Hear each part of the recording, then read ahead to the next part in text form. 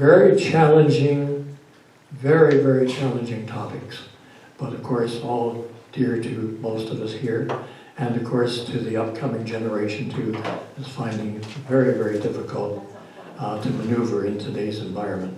So, without any further ado, I will hold your gift anyway, just in case. France Gelinas.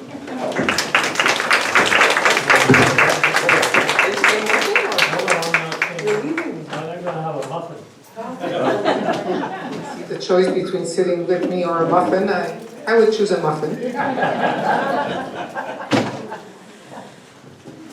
Good afternoon, everyone. Bonjour tout le monde. Ani. As it was mentioned, my name is France Gelinas, and I'm the MPP for Nickelbelt. For those of you who don't know, there's the riding of Sudbury. So you remember before amalgamation the city of Sudbury, what it looked like, and Coppercliff, that's Jamie West. He's the MPP for Sudbury. I'm the MPP for Nickelbelt, so my ridings start south of the French River, goes north past Timmins to the west, Folliette, Ivanhoe, etc., goes west to about Nairn Center, and goes east past Winnipeg into, we don't know, the line comes at some point in the bush. But in the middle is the riding of Sudbury. So I call Sudbury a Timbits, and I'm the donut all the way around. And donuts are better, so that's all you have to remember. So John had called me to talk about long-term care and a bit about housing. So I want to talk to you mainly about long-term care. I'm a politician, so politicians talk for a living, but I will be very respectful of your time. It's 6 after 2. At 2:15, I will wrap up and open it up for questions. So when we talk about long-term care, first of all, I'll say that we are really, really fortunate to live in a country that has Medicare.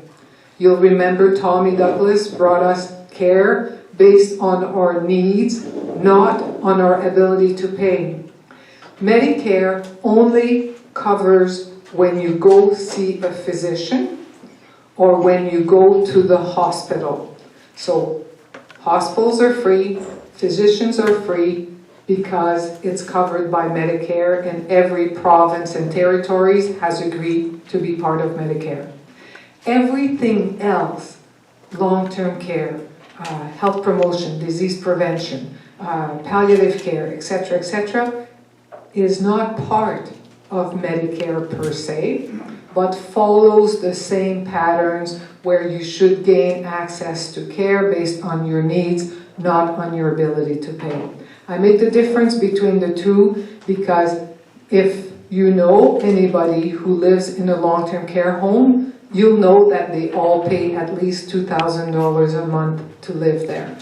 And the $2,000 a month is for a room that you share with 4 people. If you share with 2 people, it's $2,300, and if you want to live by yourself, it's even more. In Ontario, we have about 76,000 long-term care beds, and more than half of them are owned by big American companies. So think of Extended Care. They are a big American company that owns more than half of our long-term care home beds in Ontario. Those investors have one priority, it's to make money. It's not to provide quality care or anything like this. I'm sure quality care is priority 207B someplace down the line, but they invest into building new long-term care beds so that they can make money off of their investment. Ontario is the only province that deals like this. It used to be in Saskatchewan also. Saskatchewan had extended care in there, and during the pandemic, when they saw the difference in the quality of care, 4,000 people died in Ontario within those 76,000 who live in long-term care, 4,000 of them died. The great majority of them in for-profit long-term care home. When the government of Saskatchewan saw that, they kicked extended care to the curb and said, no more. We are going to run our long-term care home with not-for-profit agencies or government-run. Depending on where you live in the other provinces and territories, they are run either by the provincial government directly, or by not-for-profit homes, like we have in Sudbury. We have St. Joe's, we have St. Gabriel, that are run by the Sisters of St. Joseph. We have Pioneer Manor, that is run by the city, that is not-for-profit. We have Finlandia Koti, that is run by a not-for-profit board of directors, just to give you an idea. So this is the system we have right now. But what I want to talk to you about is a vision for the future.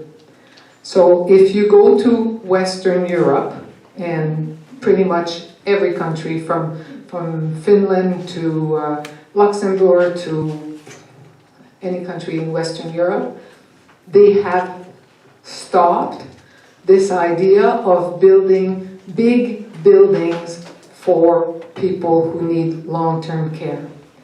They have switched to a model of small homes.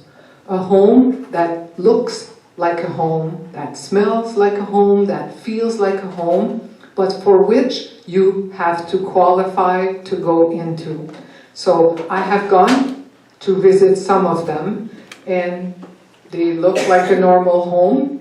They're bigger than my home, but they look like a normal home, one floor, and most of them will have a corridor with sometimes 4 rooms, sometimes 6 rooms. The biggest that I have seen had 4, 6, 8. I have seen up to 12 rooms was the biggest that I've seen. In those rooms, you basically could live by yourself, or if you have a spouse, you can live the spouse. And sometimes they were like 2 sisters who decided to live in the same. But basically, 12 people live together. Or sometimes it's 8 people who live together. They are in their neighborhoods, and you're talking like in every neighborhoods. Here, like we could have one on Long Lake Road, we could have one in every part of our communities, rather than have great big homes. You have little homes, your grandmother or your spouse to a small home, and she agreed to try one in Killarney. And then I had another Minister of Health, and then another Minister of Long-Term Care, and I'm on the 7th one. The 7th one is Natalia. I get along good with her. I'm hoping that this project will go on. But we live in a democracy. You speak from a place of power.